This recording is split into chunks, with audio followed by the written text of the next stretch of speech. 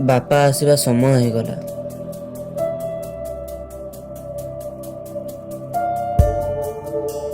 ତାଙ୍କ ପାଇଁ ସ୍ପ୍ରାଇଟ୍ ବନେଇଦେବି।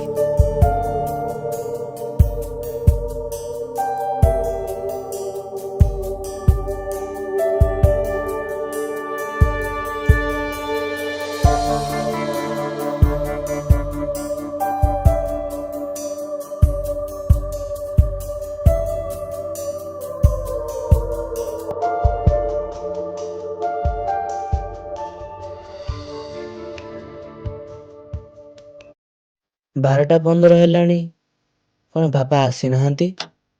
ହଉ, ମୁଁ ସ୍ପ୍ରାଇଟ୍‌ଟା ପିଇ ଦଉଛି। ବାବା ଆସିଲେ ତାଙ୍କର ପିଇବେ।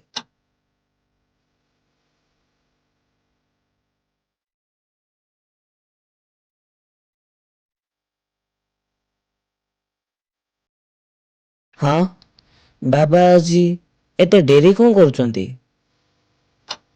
କଣ ମୁଁ ଆଜି ପୁଣି ଥରେ ତାଙ୍କ ଅପେକ୍ଷାରେ ରହିଯିବି?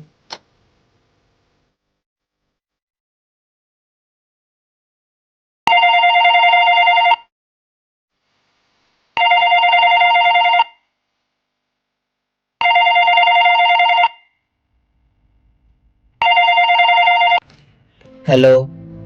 ମୁଁ ଭାରତୀୟ ସେନାରୁ କହୁଛି। ଆପଣ ଅମରନାଥ ମିଶ୍ରଙ୍କ ଘରୁ କହୁଛନ୍ତି ତ? ହଁ ସାର୍, ନମସ୍କାର। କୁହନ୍ତୁ। ତୁମେ ଟିକେ ଧୈର୍ଯ୍ୟ ଧର। ସେ ଯେଉଁ ଅପରେସନରେ ଥିଲେ ସେହି ସମୟରେ ତାଙ୍କ ବିମାନ ଦୁର୍ଘଟଣାଗ୍ରସ୍ତ ହୋଇଛି। ସାର୍, ବାପା ଠିକ୍ ଅଛନ୍ତି ତ?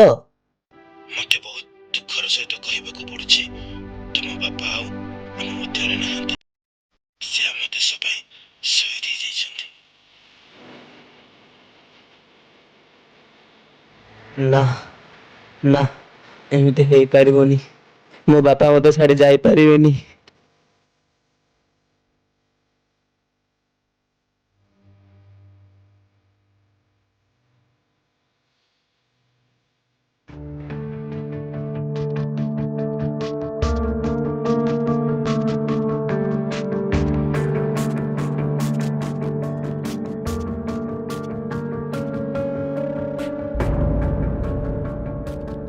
ବାବା, ମୁଁ ଏବେ ବି ବିଶ୍ୱାସ କରିପାରୁନି କି ତମେ ମୋ ପାଖକୁ ଆଉ ଫେରିବନି ବୋଲି।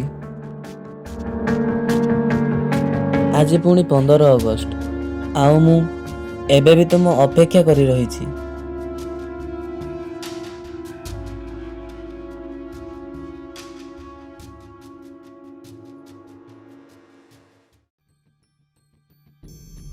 ସ୍ନେହର ପୁଅ, ମୁଁ ଘରକୁ ଫେରିବାକୁ ଚାହେଁ।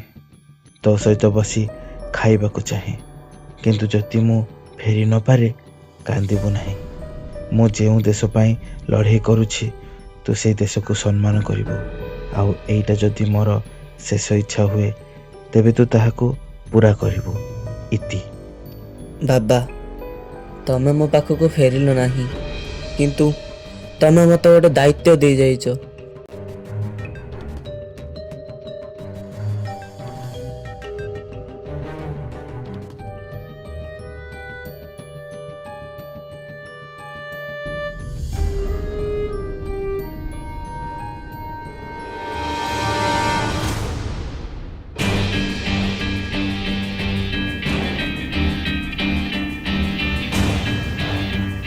ମୁଁ ତମ ଶେଷ ଇଚ୍ଛା ନିଶ୍ଚୟ ପୂରଣ କରିବି ବାବା।